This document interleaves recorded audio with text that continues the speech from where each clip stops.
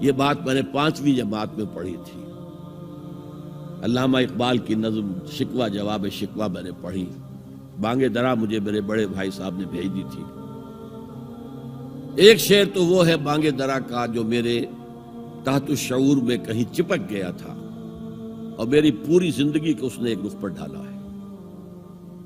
وہ زمانے میں معزز تھے مسلمان ہو کر اور تم خوار ہوئے تاریک قرآن ہو کر. دیکھیے یہ بات صرف اقبال نے نہیں کہی. وہ داڑھی مڈا تھا، عالم تو نہیں تھا. یہی بات کہی 14ویں صدی کے مجدد اعظم شیخ الہند مولانا محمود حسن اسیر مالٹا نے. 4 سال کی اسیری کے بعد جب رہائی پا کر آئے تھے 1920 میں، اور رہائی کیوں ملی تھی کہ ٹی بی 3rd سٹیج کو پہنچ گئی تھی. انگریز ڈرتا تھا کہ اگر ہماری اسیری ہی کے اندر کہیں انتقال ہو گیا تو کہیں طوفان اٹھ جائے گا، لہذا چھوڑ دیا. دیوبند میں ایک جلسہ منعقد ہوا اور وقت کے سارے بڑے بڑے علماء موجود. اشرف علی تھانوی صاحب موجود، شبیر احمد عثمانی صاحب موجود، مولانا حسین احمد مدنی موجود، ہمارے جو پاکستان میں مفتی محمد شفیع صاحب موجود. اور انہوں نے یہ واقعہ لکھا ہے اپنی کتاب میں وحدت امت میں کہ شیخ الہند نے کہا کہ ہم نے تو اپنی 4 سالہ دور اسیری میں جتنا ہی غور کیا ہے، ہمیں اپنے زوال کے 2 اسباب نظر آئے ہیں.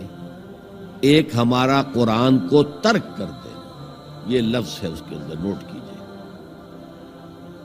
حالانکہ علماء نے قرآن کو ترک کیا ہے، لیکن اگر آپ نے کہا نہیں تو یہ صحیح نہیں ہے، کیا ہے. ان کا سارا زور فقہ پر ہے، حدیث پر ہے، زیادہ زور قرآن پر نہیں ہے. صحیح بات ہے. کہنے والا کون ہے؟ شیخ الہند. ایک ہمارا قرآن کو ترک کر دینا اور دوسرا آپس کے اختلافات. اور مفتی شفیع صاحب نے اس کے اوپر پھر یہ گرہ لگائی کہ حضرت شیخ نے جو 2 باتیں کہی تھی حقیقت میں ایک ہی ہے. ہمارے اختلافات بھی اسی لیے کہ ہم نے قرآن کو ترک کر دیا. تو یہ ہے ایک شعر جو میرے ذہن میں چپک گیا تھا. پھر قرآن سے اللہ نے جو ایک مناسبت دی ذہنی قلبی، اللہ کا شکر ہے، اللہ کا فضل ہے. دوسرا شعر وہ ہے کہ وقت فرصت ہے کہاں، کام ابھی باقی ہے، نور توحید کا اتمام ابھی باقی ہے.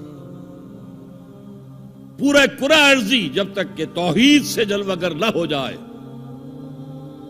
اور اسلام کا ڈنکا نہ بج جائے، اس وقت تک حضور کا مشن مکمل نہیں ہے. حضور حوالے کر کے گئے تھے امت کے.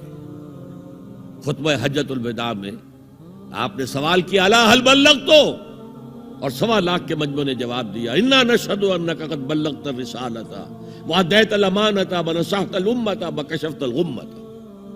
ہاں حضور ہم گواہ ہیں، آپ نے حق رسالت ادا کر دیا، حق امانت ادا کر دیا، مسلمانوں کی خیر خواہی کا حق ادا کر دیا، امت کی خیر خواہی کا، اور گمراہی کے پردے چاک کر دیے. 3 دفعہ حضور نے سوال کیا، 3 دفعہ جواب دے کر پھر آسمان کی طرف نگاہ اٹھائی اور انگشت شہادت سے اشارہ کیا اور پھر لوگوں کی طرف اللہم اشہد اللہم اشہد اللہم اشہد، اے اللہ تو بھی گواہ رہے، یہ مان رہے ہیں کہ میں نے پہنچا دیا.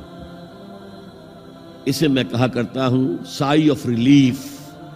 کندھوں پر ایک بہت بڑا بھاری بوجھ آ گیا تھا، بہت بڑی امانت تھی قرآن. اس کے پہنچانے پر کیا کیا تکلیفیں اٹھائی ہیں. پاگل کہے گئے، مجنون کہے گئے، شاعر کہے گئے، ساحر کہے گئے، مسحور کہے گئے، کیا نہیں کہا گیا. اور پھر جو مارے کھائی ہیں، جو 3 سال کی شیب بنی ہاشم کے اندر اسیری تھی، جس میں کھانے پینے کی چیزیں گھاٹی میں داخل نہیں ہو سکتی تھی. ہماری جیلوں میں تو آپ کو کھانا تو ملتا ہے، وہاں تو کچھ نہیں تھا. پھر طائف کا پتھراؤ یاد کیجئے، پھر مکے سے نکلنا اور 3 دن رات ایک غار میں چھپے رہنا. پھر مدینے کے اندر آپ کو معلوم ہے غزوہ بدر آ رہی ہے، اس میں 70 اگر کافر مارے گئے تو غزوہ احد میں 70 صحابہ شہید ہوئے، جن میں حضرت حمزہ بھی ہیں. 3 رشتے ہیں حضرت حمزہ سے حضور کے، چچا بھتیجا، سب کو بس یہی معلوم ہے. چچا بھتیجا، خالہ زاد بھائی، دودھ شریک بھائی، اور عربوں میں دودھ شریک بھائی حقیقی بھائی کے طور پر ہوتا تھا. اور ان کی لاش سامنے آئی ہے کہ ناک کاٹ لی گئی ہے، کان کاٹ لیے گئے ہیں، اور پیٹ چاک کر کے کلیجہ چبایا گیا ہے. یہ سارے بوجھ اٹھا کر اگر وہ حق تبلیغ ادا ہو گیا، اے اللہ یہ مان رہے ہیں، تو بھی گواہ رہے. اور پھر کیا کہا؟ فَلْيُبَلِّغِ الشَّاهِدُ الْغَائِبَ. اب جو یہاں موجود ہیں ان کا فرض ہے کہ ان کو پہنچائیں جو یہاں نہیں ہے. اور یہ ابد الآباد تک کے لیے، قیامت تک کے لیے ہے. انا آخر المرسلین وانتم آخر الامم. میں آخری رسول ہوں، تم آخری امت ہو. دین کی بات پھیلانا صدقہ جاریہ ہے. ثواب کی نیت سے ویڈیو کو شیئر ضرور کیجیے. جزاک اللہ.